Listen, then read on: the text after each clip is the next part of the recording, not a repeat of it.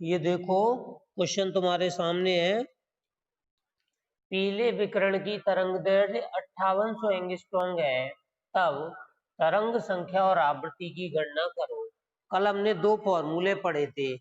एक पढ़ा था ये c बराबर न्यू लैम्डा। c क्या है? प्रकाश का वेग। न्यू क्या है? आवृत्ति। और लैम्डा क्या है? तरंग दैर्ध्य। ठीक है, ये मैंने लिखा भी है, c बराबर न्यू लैम्डा। ठीक है। एक हमने पढ़ा था तरंग संख्या लैम्डा बार इक्वल टू 1/लैम्डा। ठीक है, तो ये दो फॉर्मूले इसमें लगेंगे। पीले विकिरण इससे मतलब नहीं है, हर एक रंग की एक तरंग दैर्ध्य होती है, आप जानते होंगे। हर रंग की तरंग दैर्ध्य होती है। ऐसे ही पीले रंग की इसने तरंग दैर्ध्य दे रखी है 5800 एंगस्ट्रॉम। तो सभी बच्चे पेन कॉपी निकालें और लिखें दिया है तरंग दैर्ध्य। तरंग दैर्ध्य क्या होती है? लैम्डा इक्वल टू कितनी दी है? 5800 एंगस्ट्रॉम। एंगस्ट्रॉम इसको बोलते हैं। ए पे घात शून्य लगा दो तो ये संकेत है एंगस्ट्रॉम का। ठीक है, लैम्डा दिया है, तरंग संख्या पूछ रहा है, मतलब हमें ये फॉर्मूले की लगाने की कह रहा है कि इस फॉर्मूले से हमें तरंग संख्या न्यू बराबर 1/लैम्डा। तो हम एंगस्ट्रॉम की जगह इसको हम मीटर में कन्वर्ट कर लेते हैं, क्योंकि आगे जाके हमें एक फॉर्मूले की और जरूरत पड़ेगी। तो क्यों ना हम इस एंगस्ट्रॉम को पहले ही मीटर में कन्वर्ट कर लें। तो बताओ, लैम्डा को मैं मीटर में कन्वर्ट करूंगा, ये इसको लैम्डा के मान को, एंगस्ट्रॉम के मान को मीटर में कन्वर्ट करूंगा तो कितने का मल्टीप्लाई होगा? देख लो, 10⁻⁻10 का मल्टीप्लाई होगा। यानी कि एंगस्ट्रॉम को मैं बदल रहा हूँ मीटर में। एक एंगस्ट्रॉम में कितने मीटर? 10⁻⁻10। 10⁻⁻10 कोष्टक में लिख देना, एक एंगस्ट्रॉम बराबर होते हैं 10⁻⁻10 मीटर। तो हमने इस एक एंगस्ट्रॉम की वैल्यू रख दी 10⁻10। अब हमारी पूरी वैल्यू ये किस में आ चुकी है? मीटर में आ चुकी है। इसको थोड़ा सा आगे सॉल्व कर लो। ये 00 है और ये 10 पे घात कितनी है? -10। तो बोलो, इसको हम ये 00 को क्या लिख सकते हैं? 10 पे घात +2। और ये -10 घटेगी घातें ऐसे लिख सकता हूं मैं, 58 इंटू 10 पे घात 2। इस 20 को मैंने ऐसे लिख लिया, 10 पे घात 2 इंटू 10 पे घात -10 तो पहले से ही है। बताओ, आधार समान होने पर एक जगह लिखिए 10 पे घात 2 और दूसरी जगह लिखिए 10 पे घात -10। तो बताओ इसको कैसे सॉल्व करोगे? आधार समान होने पर गुणा में घातें जुड़ती हैं, लेकिन ये दो प्लस की और ये माइनस की हम तो जोड़ेंगे ही, लेकिन ये -10 हो जाएगा। इसको सॉल्व करोगे 10 पे घात 2 और माइनस प्लस और माइनस क्या हो जाएगा? -10। तो कितना बचा? 10 पे घात -8। इस तरह से इनको सॉल्व करते हैं। छोटे छोटे बच्चों के सवाल हैं कि आधार समान होने पर गुणा में घातें जुड़ती हैं, पर ये घट जाएंगी क्योंकि एक माइनस की वैल्यू है, एक प्लस की है। बोलो कितना बचा? 58 इंटू 10⁻⁻8 मीटर। अभी तो सिर्फ लैम्डा को हमने सही तरीके से बनाया है, मीटर में कन्वर्ट किया है। ठीक है, अब तुम देखो, हमें तरंग संख्या ज्ञात करनी है, मतलब हमें सॉल्यूशन नंबर 1 तरंग संख्या। ठीक है, साथ साथ करो। तरंग संख्या क्या होती है? न्यू बार बराबर 1/लैम्डा। कल हमने डेफिनेशन भी पढ़ी थी तरंग संख्या की। तुमने यदि घर पे थोड़ा बहुत भी देखा हो ईमानदारी से, तो बताना तरंग संख्या बराबर क्या होता है? 1/लैम्डा। इसकी डेफिनेशन कैसे बनाते हैं? तरंग दैर्ध्य के व्युत्क्रम को तरंग संख्या कहते हैं। या और बढ़िया से लिखें, जो मैंने एक्चुअल लिखा ही है, मीटर या सेंटीमीटर में व्यक्त तरंग दैर्ध्य के व्युत्क्रम को तरंग संख्या कहते हैं। तो अब तरंग संख्या निकालनी है, तो लैम्डा का मान रख दो 1/। लैम्डा का मान कितना है? 58 इंटू 10⁻⁻8 मीटर, इतना आ गया। अब आप इस 10⁻8 को ऊपर ले जा सकते हो, तो ऊपर हो जाएगा 10⁻8 और नीचे कितना दिया है 58, और इस मीटर को भी ऊपर ले जाओगे तो मीटर इनवर्स आ जाएगा। ठीक है, अब देखो न्यू बार बराबर इस 8 में से 2-3 जीरो बाहर निकाल लो, क्योंकि 58 का भाग देना पड़ेगा, तो जीरो बाहर निकाल लो। मान लो आपने 2 जीरो बाहर निकाल ली, तो बताओ कितनी बची, 6 बची कि नहीं। 2 बाहर निकालोगे तो 8 में से कितनी जीरो बची, अब 6, और 58 का आसानी से 100 में भाग दे लेना। 58 का भाग दोगे तो ये आ जाएगा 1.724 इंटू 10⁻6। आंसर किस में आ गया, ये मीटर इनवर्स। नोट्स में थोड़ा सही कर लेना इसको, वहां पे मीटर लिख गया है तो आप इनवर्स लगा लेना नोट्स में। ठीक है, अब अपन बच्चों नेक्स्ट पार्ट करते हैं, इसका सेकंड पार्ट। ठीक है, मैं इधर कर रहा हूं इसका सेकंड पार्ट।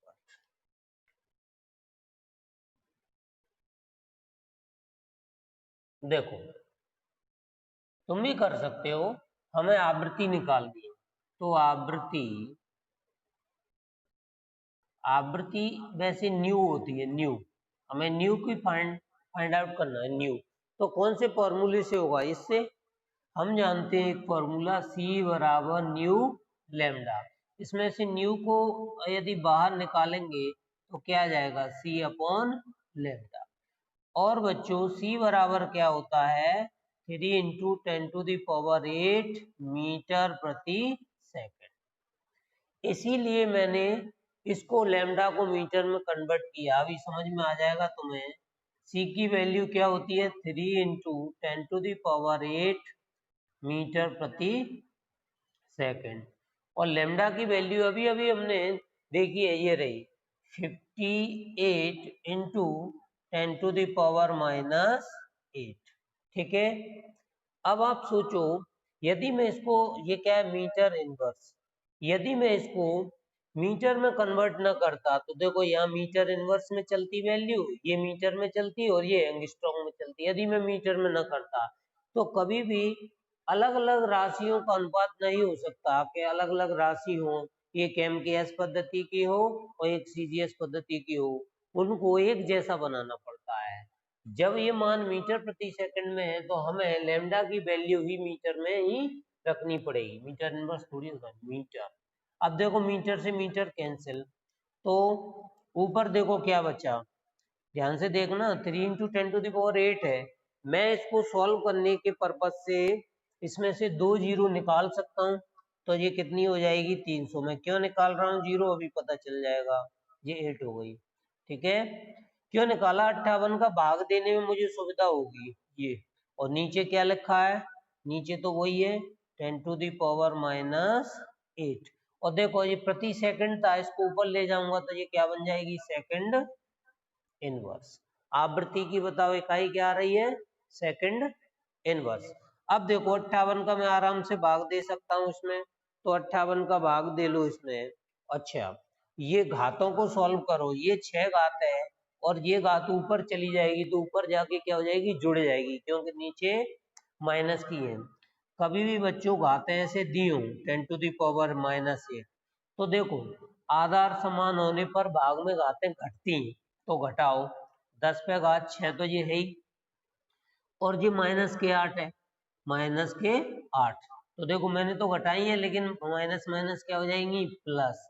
तो 10 पे घात 6 और 8, 10 पे घात कितनी हो गई, 6 दूनी 12, 13, 14, तो ये कितनी आ गई, 10 पे घात 14। तो ये तो हमें पता चल गया कि 10 पे घात 14 आएगा और सेकंड इनवर्स आएगा। अब इसका भाग और देना 58 का 300 में, और जैसे ही 58 का 300 में भाग दोगे तो ये आ जाएगा तुम्हारा 5.172 10⁻14 सेकंड इनवर्स। ये हमारे दोनों आंसर आ गए। बोलो बच्चों, समझ में आ गया ये सेकंड पार्ट। क्वेश्चन लिखो, दृश्य स्पेक्ट्रम, स्पेक्ट्रम के बारे में तुम्हें बताऊंगा, अभी फिलहाल लिखो दृश्य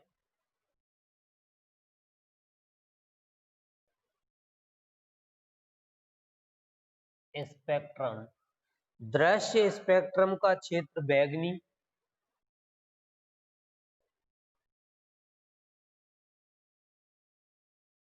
दृश्य स्पेक्ट्रम का क्षेत्र बैंगनी,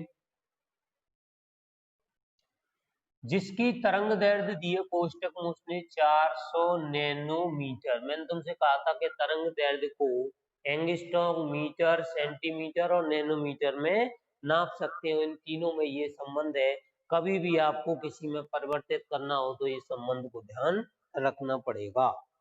ठीक है, इससे बैंगनी क्षेत्र से लाल तक, बैंगनी से लाल तक फैला है।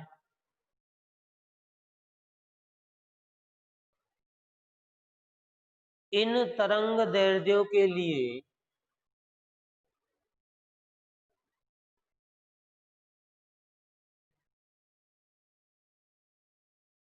इन तरंग दैर्ध्यों के लिए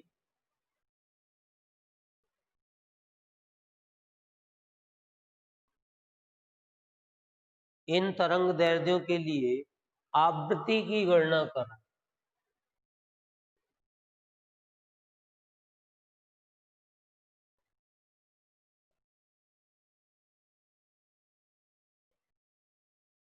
करो इसको कोशिश, मैं तो फिर कराऊंगा ही।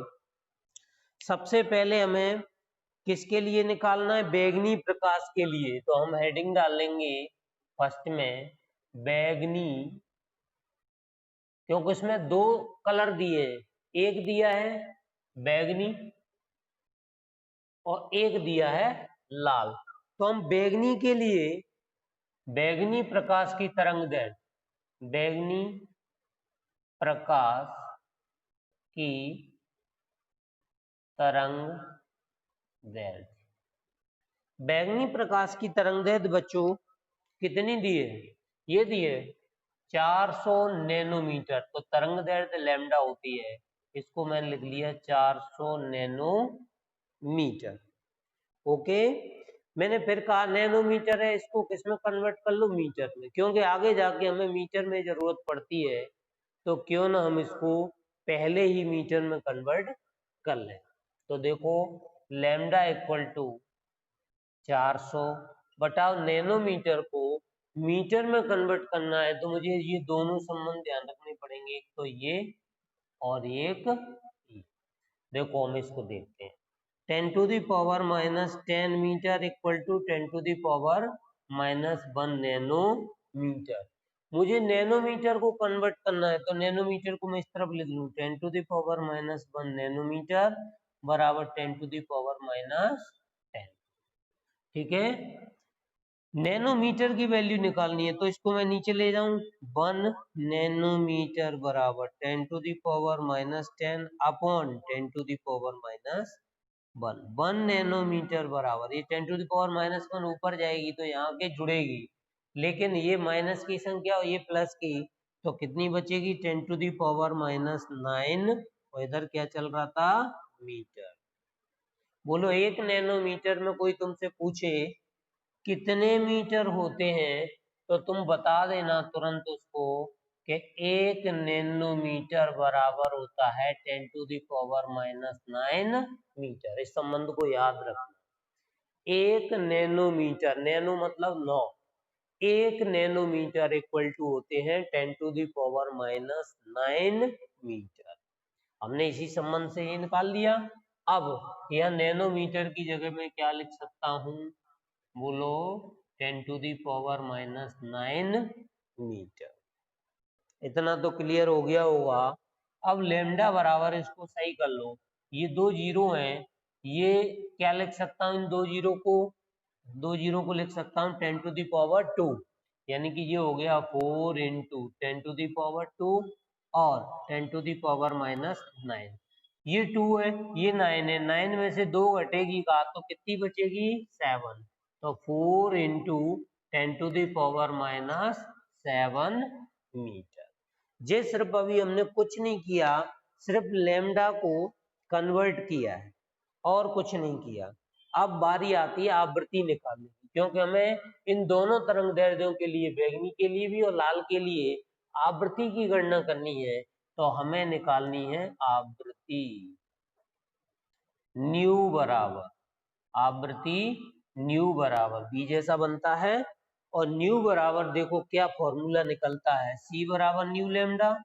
तो न्यू बराबर क्या आएगा, सी अपॉन लेमडा। तो ये हो गया सी अपॉन लेमडा। सी की वैल्यू हम फिर जानते हैं, 3 इंटू 10⁸ मीटर प्रति सेकेंड अपॉन लेमडा की वैल्यू अभी अभी हमने फाइंड करी है 4 10⁻⁻7। एक्चुअली में नैनोमीटर में दी थी हमें वैल्यू, लेकिन हम यहाँ उसे रख नहीं सकते थे। क्यों? क्योंकि हमारी सी की वैल्यू किस में दे रखी होती है, हम किस में जानते हैं, मीटर में।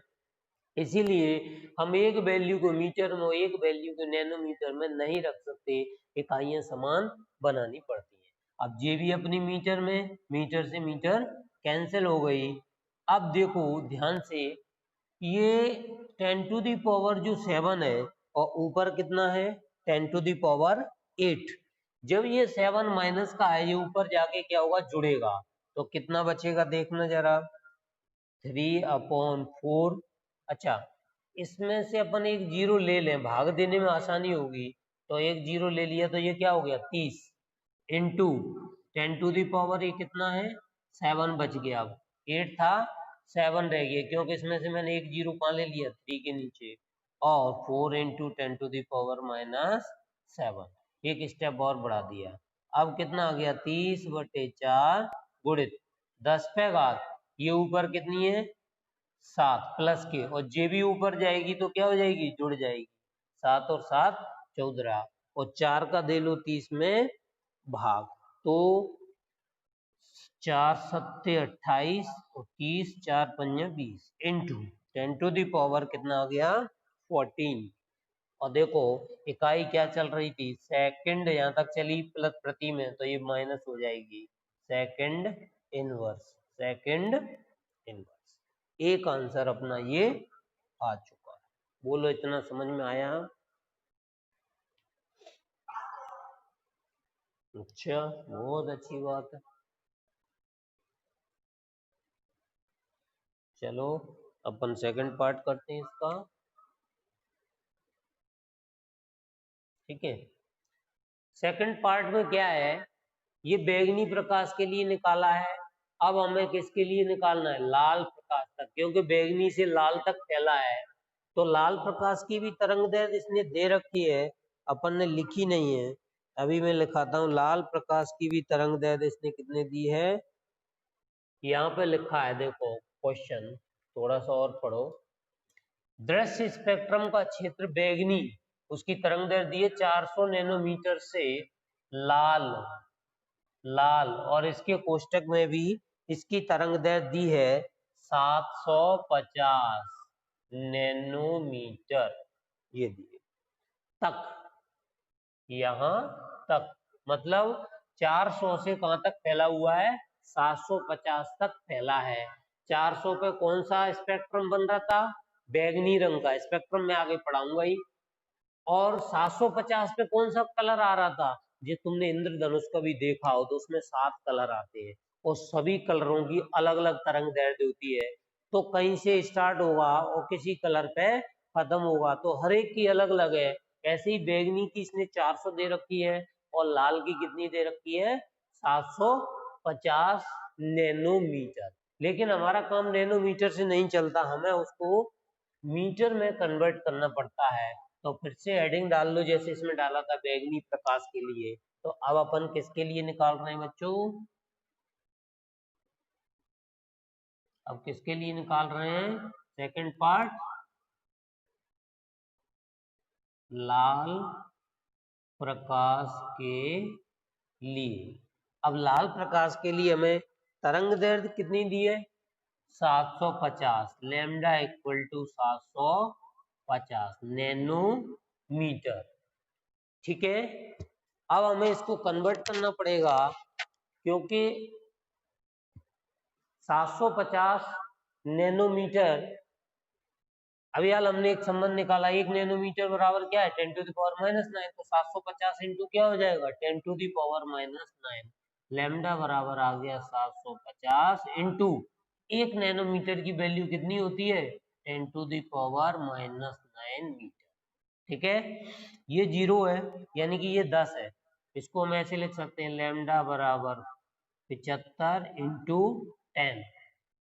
ठीक है, और 10 का मतलब 10 पे घात 1 इंटू 10 टू दी पावर -9, 10 का मतलब 10 पे घात 1, लैम्डा बराबर 75 इंटू ये 10 पे घात 1 है, ये 10 पे घात 9 है, 9 में से 1 गई तो कितनी बची -8, और ये अब किस में कन्वर्ट हो चुकी है मीटर में कन्वर्ट हो चुकी है। अब हमें वही फॉर्मूला लगाना है आवृत्ति का, ये रहा आवृत्ति बराबर आवृत्ति न्यू बराबर C अपॉन लैम्डा। C कितना है 3 into 10 to the power 8 metre प्रति सेकेंड, और लैम्डा की वैल्यू ये दी है 75 into 10 to the power -8। Clear हो गया।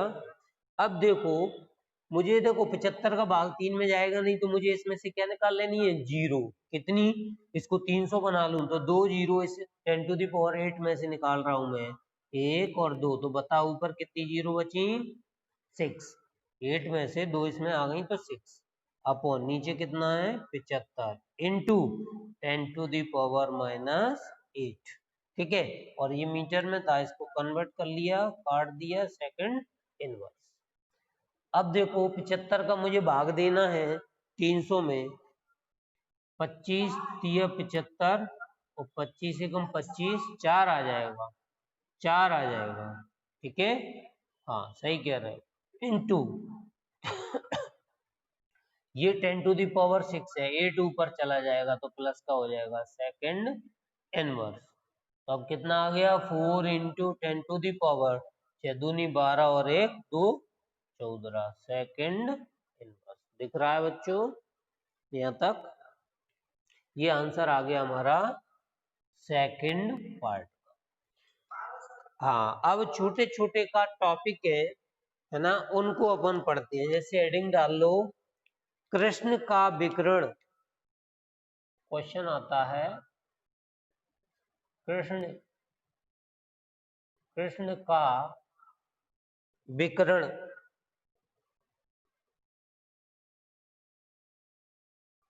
विकिरण। ठीक है, कहीं कहीं पे तुम देखना गलती से नोट्स में विकर्ण लिख गया है, विकर्ण। ठीक है, विकर्ण, तो वो विकर्ण नहीं है विकिरण।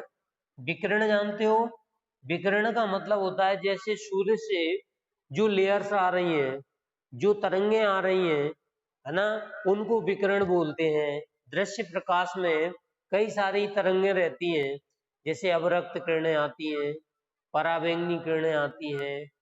ठीक है, तो इनको बोलते हैं विकिरण। ठीक, हमारी ओजोन परत रोक देती है कुछ विकिरणों को, तो ठीक, विकर्ण कहीं नहीं है। कृष्ण का विकिरण किसे कहते हैं? ठीक है, तो जरा सी चीज है, कुछ नहीं है, एक ऐसा पिंड, एक ऐसी वस्तु जो हर प्रकार की तरंग दैर्ध्य उत्सर्जित करने में सक्षम हो, हर एक प्रकार की तरंग दैर्ध्य उत्पन्न करने में सक्षम हो, उसे हम कहते हैं कृष्ण का विकिरण। हर प्रकार की तरंग दैर्ध्य का मतलब उसमें जब उसे गर्म करो तो वो अलग अलग रंग दे पाए, उसको हम कहते हैं। जैसे लोहा है, लोहे को आप गर्म करोगे तो पहले हल्का सा गर्म होते होते काला पड़ेगा, और उसके बाद हल्का सा लाल होने लगता है, लाल होता है लाल, और ज्यादा गर्म करोगे तो वो लालपन और बढ़ता जाएगा, बढ़ता जाएगा, और जैसे जैसे वो लाल बढ़ता जाएगा वैसे वैसे उसकी तरंग दैर्ध्य भी बदलती जाएगी। जब स्टार्टिंग में हल्का लाल था तब उसकी तरंग दैर्ध्य कुछ और होगी, मतलब जो ऊर्जा उत्सर्जित करता है तब वो कुछ और तरंग दैर्ध्य की होगी, और ज्यादा गर्म हो जाएगा तब कुछ और रंग की तरंग दैर्ध्य देगा, और बिल्कुल लाल हो जाएगा तो लाल रंग की तरंग दैर्ध्य देगा। तो ऐसे पिंड को हम कृष्ण का विकिरण कहते हैं। माने ऐसा आदर्श पिंड जो हर प्रकार की आवृत्ति के विकिरण को उत्सर्जित करता हो। हर प्रकार की आवृत्ति, हर प्रकार की आवृत्ति के विकिरण को उत्सर्जित करता हो।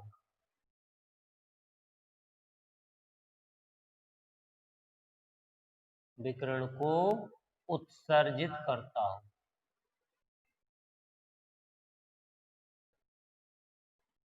हर प्रकार की आवृत्ति के विकिरण को उत्सर्जित करता हो, कृष्ण का विकिरण कहलाता है। ठीक है, एग्जाम्पल मैंने दिया, जैसे लोहे की छड़ को गर्म करने पर प्राप्त रंग क्रमशः हल्का लाल और फिर अधिक लाल हो जाता है। पहले हल्का लाल और फिर अधिक लाल हो जाता है।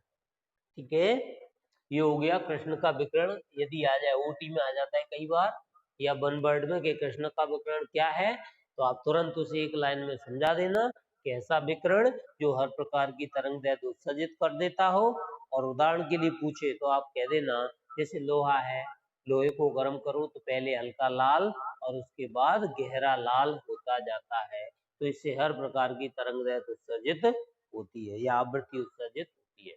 ठीक, अब आता है छोटा सा, ओटी में ही आते हैं, ओटी के क्वेश्चन बता रहा हूँ। फोटोन किसे कहते हैं? फोटोन, ये वर्ड आएंगे फोटोन।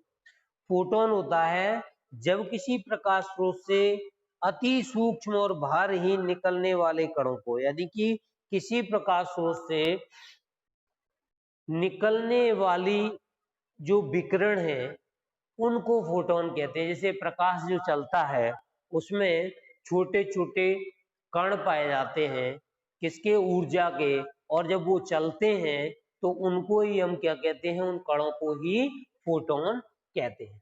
प्रकाश स्रोत से अति सूक्ष्म एवं भारहीन, देखो अति सूक्ष्म मतलब बहुत ही छोटे होते हैं जो हमें दिखाई नहीं देते, और भारहीन इतने छोटे होते हैं जिनमें कोई भार नहीं होता। अति सूक्ष्म और भारहीन कणों को फोटोन कहते हैं। ये कहां से निकलते हैं?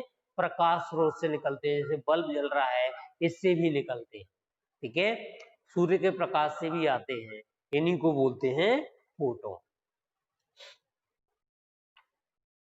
अब जो क्वेश्चन आता है वो पेपर में आने लायक क्वेश्चन है। ये तो ओटी के थे, कभी ओटी आ जाए इन पे। ठीक है, अब जो मैं क्वेश्चन कराऊंगा वो अच्छा क्वेश्चन है। लिखो सब, मैक्स प्लैंक का क्वांटम सिद्धांत। मैक्स प्लैंक का क्वांटम क्वांटम सिद्धांत।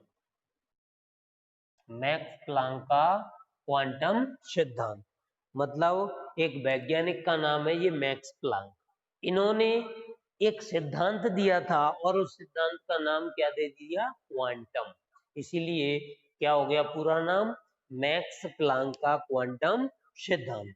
ठीक है, सबसे पहला पॉइंट जो इनका था सिद्धांत का, वो कहा कि परमाणु या अणु द्वारा ऊर्जा का उत्सर्जन या अवशोषण सतत न होकर, देखो लिखते जाओ, परमाणु या अणु द्वारा, परमाणु या अणु द्वारा ऊर्जा का उत्सर्जन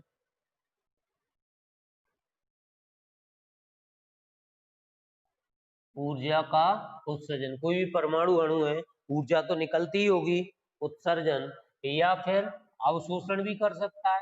जैसे लोहे की छड़ है, उसको आप बाहर रख दो तो अवशोषण भी तो कर लेता है, गर्म हो जाता है कि नहीं? तो उत्सर्जन भी कर सकता है, अवशोषण भी कर सकता है। ये उत्सर्जन अवशोषण वो उनने कहा कि सतत नहीं होता, सतत न होकर, सतत कंटिन्यू, सतत का मतलब होता है कंटिन्यू न होकर सूक्ष्म पैकेटों,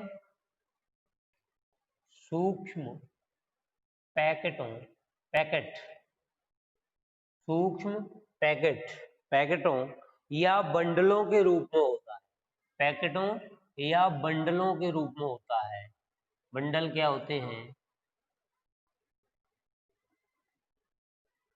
बंडलों के रूप में होता है, जिन्हें क्वांटा या फोटोन कहते हैं, जिन्हें क्वांटा या फोटोन कहते हैं, फोटोन, क्वांटा या फोटोन कहते हैं। देखो ध्यान से, परमाणु या अणु, ये मान लो एल्यूमिनियम की छड़ है, ठीक है, द्वारा ऊर्जा का उत्सर्जन, या तो ये उत्सर्जन कर सकती है या ऊर्जा का अवशोषण कर सकती है, कुछ भी कर सकती है। जैसे इसको यदि आप ठंडी जगह ले जाओगे तो इसमें जो भी ऊर्जा होगी वो निकलेगी, और यदि इसको गर्म जगह पे ले जाओगे तो ये गर्म होगी, क्योंकि बाहर से ऊष्मा को लेती है।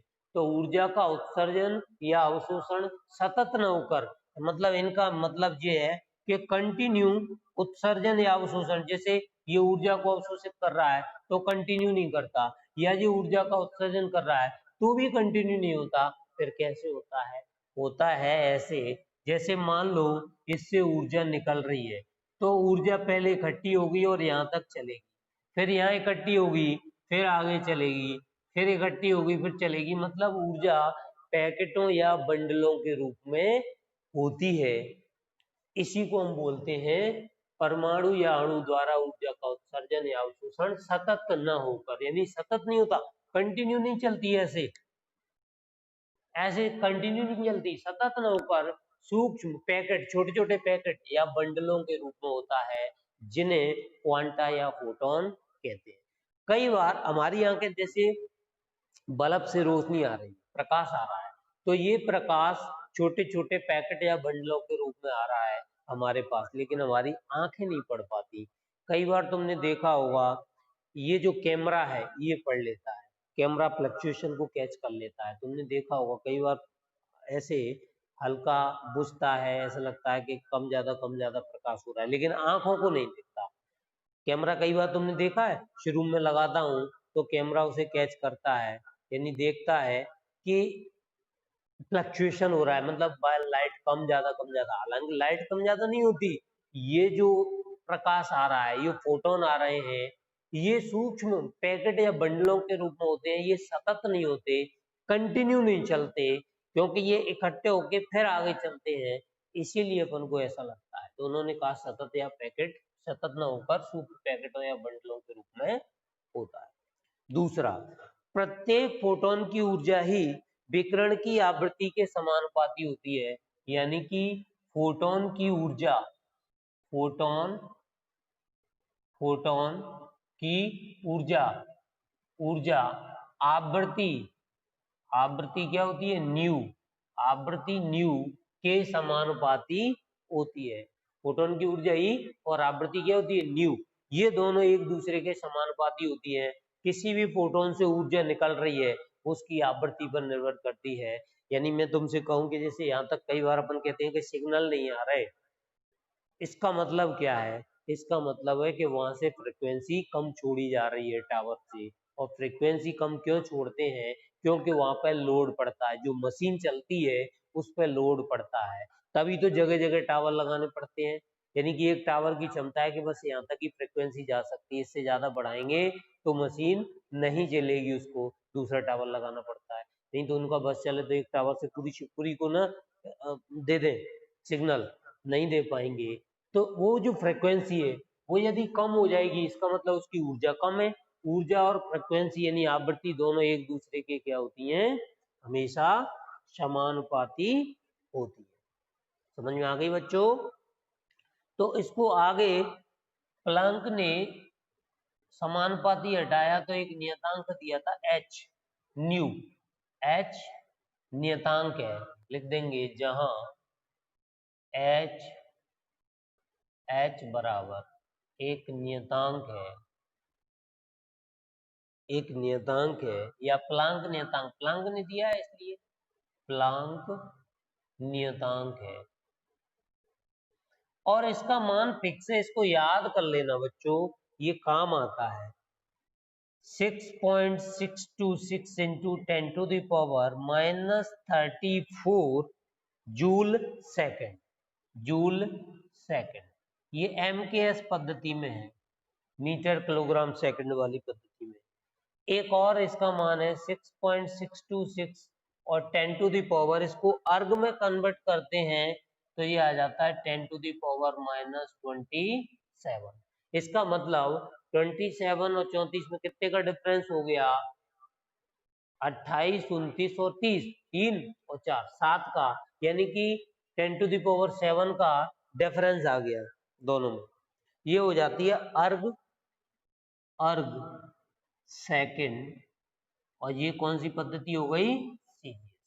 ये मान बहुत बार वो ओटी में ही पूछ लेता है, प्लांक नियतांक का मान कितना होता है? एच का मान 6.626 10 to the power -34 joule second या फिर -27 अर्ग सेकंड। ठीक है, अब आता है इसका थर्ड पॉइंट। कोई भी परमाणु या अणु फोटोन के पूर्णांक गुणांक में ही, फोटोन के पूर्णांक गुणांक, फोटोन के पूर्णांक गुणांक में ही ऊर्जा का उत्सर्जन या अवशोषण करता है। पूर्णांक गुणांक का मतलब ये है कि ऊर्जा का कोई भी परमाणु या अणु फोटोन के पूर्णांक गुणांक में ही, मतलब जो एच न्यू फॉर्मूला है E बराबर एच न्यू, जे एक परमाणु के एक मोल के लिए है।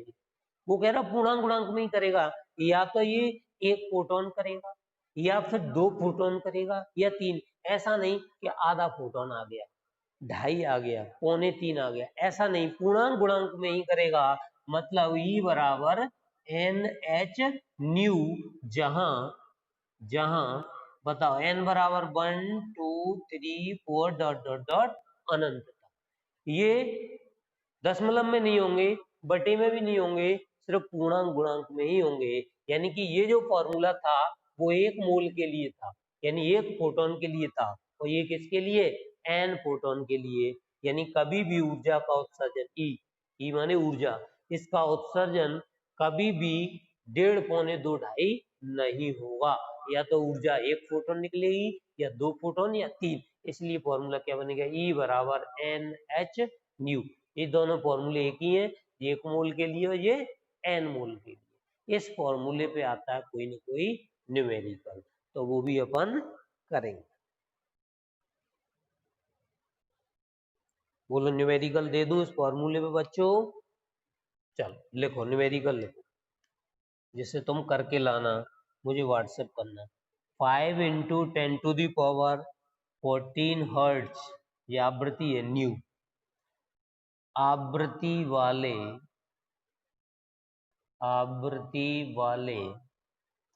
विकिरण